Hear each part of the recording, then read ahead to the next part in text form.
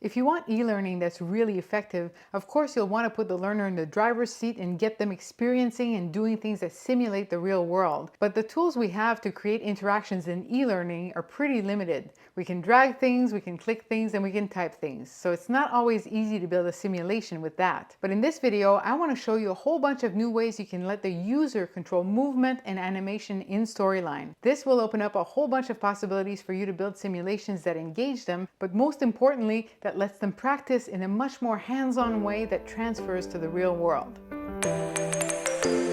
How much bigger is a blue whale compared to an elephant? If I want to ask this question, I can go with a multiple choice or a fill in the blank. But wouldn't it be great if you could actually visualize it like this? As I'm using this slider, I'm resizing the elephant, which makes it way clearer to me. And because of how smoothly this is scaling, I can get much more precise with my answer. This is very easy to build using a method called tweenlight. Here's how to do it. First, I create a number variable called size. Then I create a slider and I attach it to that size variable. So now every time I move the slider, that variable changes. Notice that right now it's not moving very smoothly. It's jumping from one value to another. So I'm going to change this step here to 0.1. So now the variable is changing much more gradually and the movement is smoother. Next, I want to resize the elephant every time this variable changes. So first I'm going to give it a name. Right-click on the elephant, select Accessibility, and type elephant here. That's its name. Now I'll make a trigger that fires whenever the variable changes. Size, execute JavaScript. Don't worry, it's just a very small script, only 4 lines. This line tells JavaScript that when I say player, I mean Storyline. Here, I'm saying the object you should change is that object that I just called the elephant. So it's going to look for an object that has elephant as its accessibility name. In this line, I say go get the new number, and you should get it from the player, that is Storyline, and the variable you should look for in Storyline is the variable size. And finally, this line uses tweenlight to change something about an object. The object you should change is object to change, that is the elephant. What we want to change about it is its scale. And its scale should be changed to new number, that is the new size that you just got from Storyline. And there you go. Now I have a much more interesting and hands-on way of answering the question. So I just showed you how you can change the scale, but you can also change the position. All I have to do here is change this scale here to X. So now it's the elephant's X position that's going to change. The problem here is that my slider goes from 0 to 10, so the elephant's only moving by 10 pixels. So I simply have to change the maximum to, say, 1,000 pixels, and now it's moving over that greater range. Of course, you can do the same thing with Y. So now it's moving up and down, and with rotation. And here I've changed my range from 0 to 360 degrees, so as I go from one end of the slider to the other, the elephant is making a full rotation. And you can do this with opacity. In this case, you have to make sure the range is between 0 and 1, and I'm putting the step at 0.01. And now it smoothly fades in and out. So far, I've only been using a slider to change the variable, but of course you can use any other input. Here's an example where I'm going to use buttons to make my elephant move right and left. To do this, I first create a variable in Storyline called X. Then when the user clicks on this button, I'll execute the same JavaScript as before, but this time it's going to go get the original X value from Storyline, and then it's going to add 50 to it. That's my new X. And then where we change the elephant, I'm going to change this property from opacity to X, and we're going to move him to this new X. Then I tell Storyline to update its variable X with this new X value. Now when you test, you'll notice that he pops to the end of the screen before he starts to move. And that's because when the slide starts, X is 0, which is why he pops to this spot. But since I want him to start here, which is about 550, I'm just going to give this X variable a default value of 550. So now he starts in the correct position.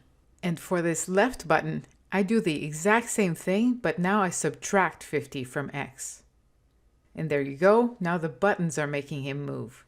Alright, so now you can let the learner control position, rotation, size, and opacity. So let's use this to build something cool. If I want to teach people how to find the constellations in the sky, I could make an activity like this, where first you're given the names, and then you have to find them just from their shapes, and then just from the stars. That's totally fine, but if you've ever tried to find things in the sky with a telescope, you know it's a totally different ballgame. So here I've used what I just showed you and I made a quick telescope simulator.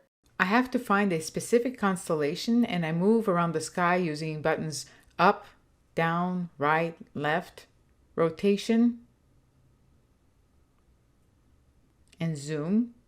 And when I'm satisfied, I can take the picture, in other words, submit what I think is the right constellation. And what I did here was I put in an image of the night sky, and that's the image that's rotating and moving when I click the buttons. So in all my scripts, I have sky as the image.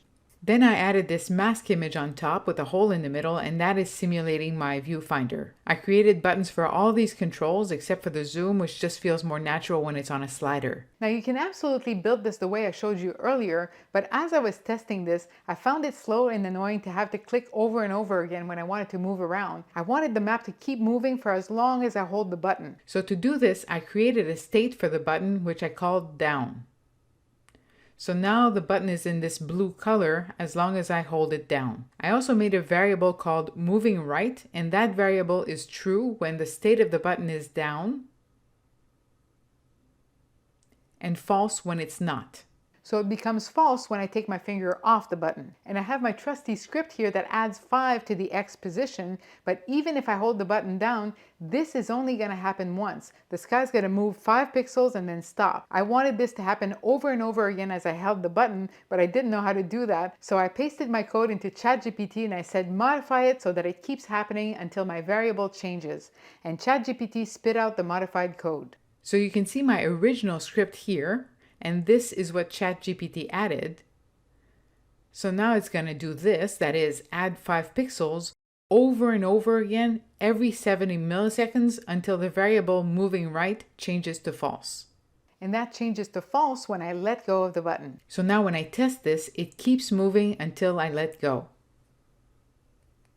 And then I just add this code for all my other buttons and I'm done. Unfortunately, I've never had to build a stargazing game, but we have used this kind of simulation for microscopes in a pathology training program because microscopes behave a lot like telescopes. So here you can let the learner explore tissue samples and have to identify different structures and diagnose conditions.